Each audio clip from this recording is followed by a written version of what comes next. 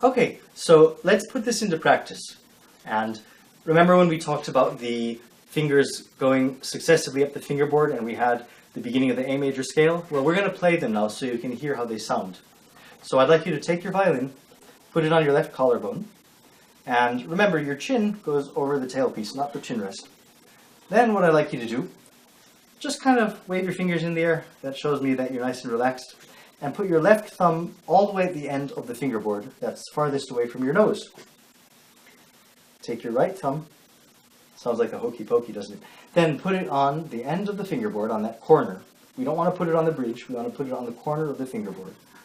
And we'll take our index fingers, and we're going to pluck on the A string over the fingerboard. We're not plucking over the sounding point, because actually you'll get a better sound if you pluck over the fingerboard, believe it or not.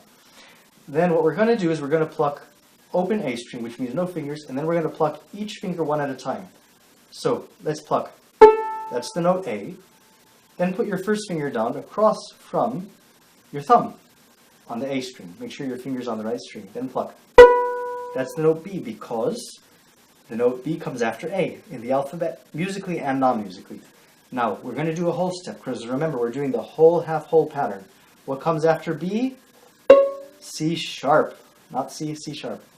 Now, incidentally, if you wanted to play a C and not a C sharp, just as I talked about before in the finger pattern that comes next, that is the middle finger pattern on the page, you would not do a whole step, you do a half step.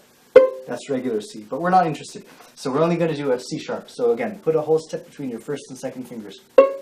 Then we're going to put our third finger down, almost right on top of that second finger. Has to be that cozy. Nothing squeezes. That's the note D. And yeah, nothing squeezes. It's just going to kind of be right next to it, almost on top of the corner of that second finger. So that's the note D. And then a whole step for the fourth finger. So again, let's do this. A, B, C sharp, D, E. So those are your first 5 notes on the A string. Now, there's something else I want to teach you. I have a technique which I teach called opening the hand.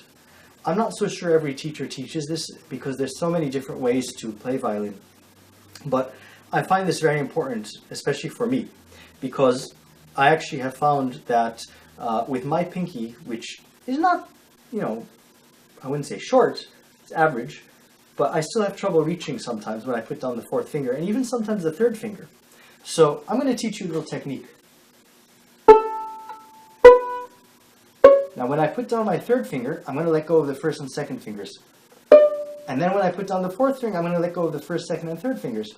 So I call that opening the hand. So progressively, after I put down the first 2 fingers, A, B, C sharp, I start to let go of all the preceding fingers. So put down 3, let go 1 and 2. Put down 4, let go 1, 2, 3. So that's called opening the hand. And you'll find that you have a lot more flexibility. If you have, unless you have long fingers, then you probably don't have to do this.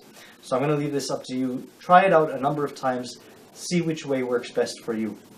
I would also strongly suggest that you do this exercise at the beginning of every practice session. It's very important that you really nail this one, because I would say that pretty much all of the pieces that you're going to learn are based on this finger pattern.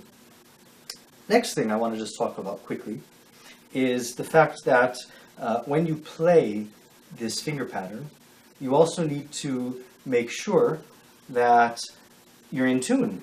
I mean, you can imitate the sound that I'm making, but that's sometimes hard to do, and you won't always have me there to do it. So that's where Cleartune comes in. Da-da-da. So I'd like you to take your Cleartune. As we talked about before in the lesson on tuning the violin with Cleartune, you can also tune your fingers with Cleartune. So try to get your fingers to be in the right place. A lot of teachers these days, not even these days, in the past as well, would put tapes across the violin, across the fingerboard. And that would allow you to know where to put your fingers. Unfortunately, I'm not there physically with you, so I can't do that. However, you'll have the ability to use Cleartune. Let's talk about how to use Cleartune. So I won't demonstrate with Cleartune right now because you already know how to use it from our last lessons, but I will bring one thing to your attention. When you use Cleartune, you'll have to know what to do with your fingers if it tells you if you're too high or too low. So I'm going to give you an example. Let's say I was going A, 1, 2. My second finger is too high. Cleartune will tell me that I'm not playing a C sharp, but I'm playing something between a C sharp and a D. What do I do? If I know my note is too high, I need to move the pitch or the sound lower. So to move your finger lower, it means you move it a little bit farther away from your nose.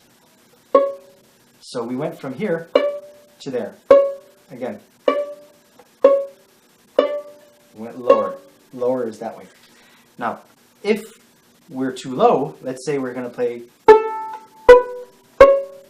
that's just barely too low. I don't even know if you can hear it, but let's say it's too low. You move it higher, which means toward your nose. Let me demonstrate. If we're going higher up the fingerboard, the pitch goes higher. If we're going lower down the fingerboard, the pitch goes lower. So that's all you need to know. Good luck with your endeavors, and I would urge you again very strongly to please do this exercise at the beginning of every practice session until you really nailed it.